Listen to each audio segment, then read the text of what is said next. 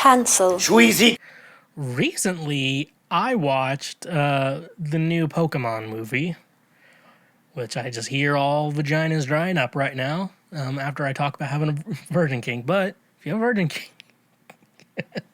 oh, good segue. But no, I watched the new Pokemon movie, Pokemon the Movie, Secrets of the Jungle. Now, I like the Pokemon video games. They're fun to play. And I enjoy that shit. White people. Which I don't think it's a white people only thing. I think I just pressed the wrong button. Pretty bold of you little fucks to assume that I'm not God. Anyways, though, so yeah, we're about to get in some serious nerd shit. So some of you are gonna need to calm your tits, and then others of you just need to come along for the ride. And I really like that. And I kind of realized, finishing this movie, I'm like, Pokemon movies have gotten a lot weirder. Now, I occasionally watch the Netflix dubbed anime. It's kind of more on in the background, or I put it on like I'll play video games or something like that, like Fortnite or Minecraft, which I will be playing soon, twitch.tv/the Schweezy.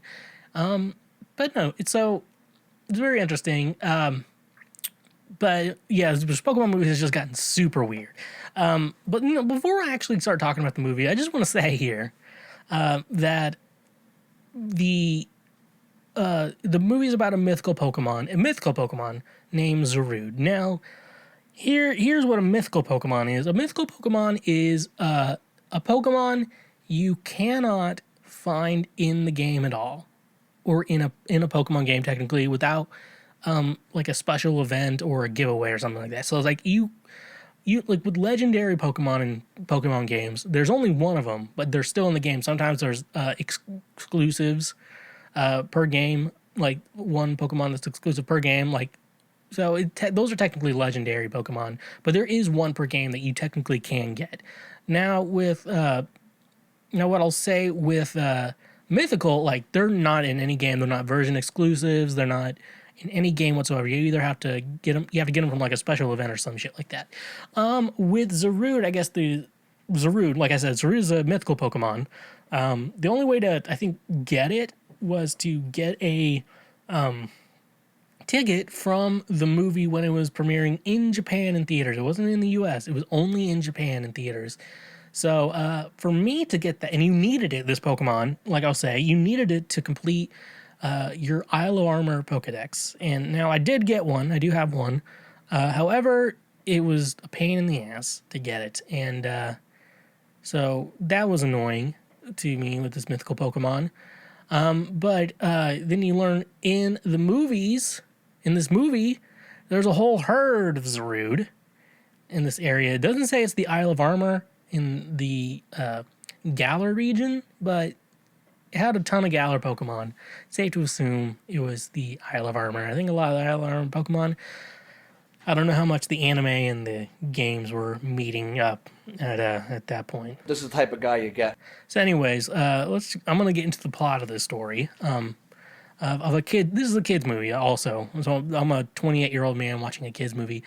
So the main premise of this story is that a boy was left in the jungle for plot reasons, which you will find out when you watch the movie. But he was left in the jungle. Then he was found by the mythical Pokemon Zarude. Now, like I said, there's more than one Zarude in this movie. And the weird thing with the movie, like Pokemon usually just say their name and shit like that.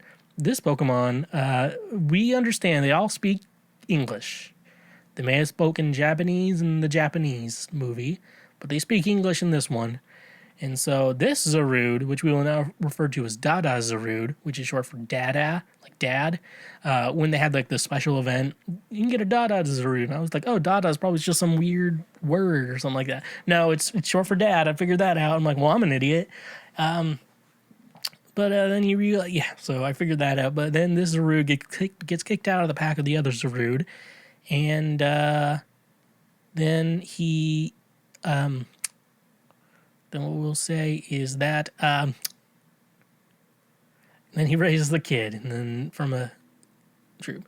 So, and the more of the plot is all this Zarude tribe lives in these giant ass trees, and then I guess some scientists want to harvest the energy, the healing energy power from this giant ass tree. But then, so that was the main goal. But then, like there's one evil scientist apparently, and then all the other scientists were like, we don't want to destroy the Zarude's habitat, and and the mean evil one's like, I don't care, and then he brings this big whole machine over there. But then like the feral boy meets up with Ash Ketchum for some reason, and Ash isn't with any other crew members like he usually is. He's just by himself. So that that makes sense. So Ash meets up with a feral boy who was raised by a monkey Pokemon.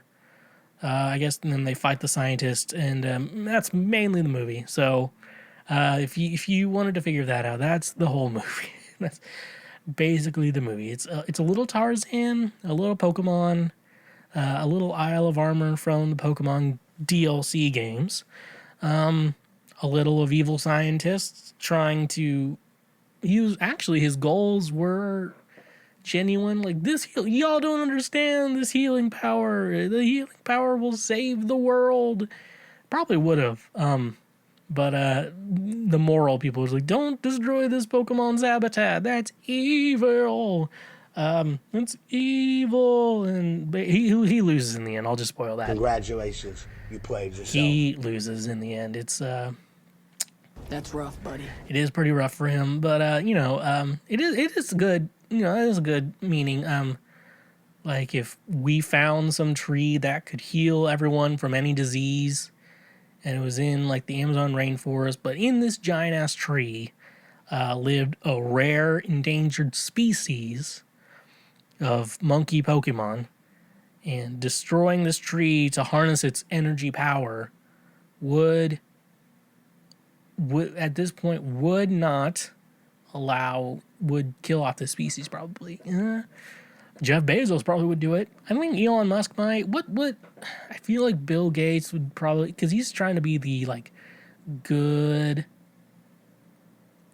He's trying to be like the good, like environmentally friendly, like take your vaccines and stuff like that. I don't want this Bill Gates chip in my vaccine. Can I get 2 large Cokes from McDonald's? Yada yada yada. That's the This is the type of guy you get. So. And what if it's like a rare ladybug species? Can anybody tell me what can I do with these ladybugs?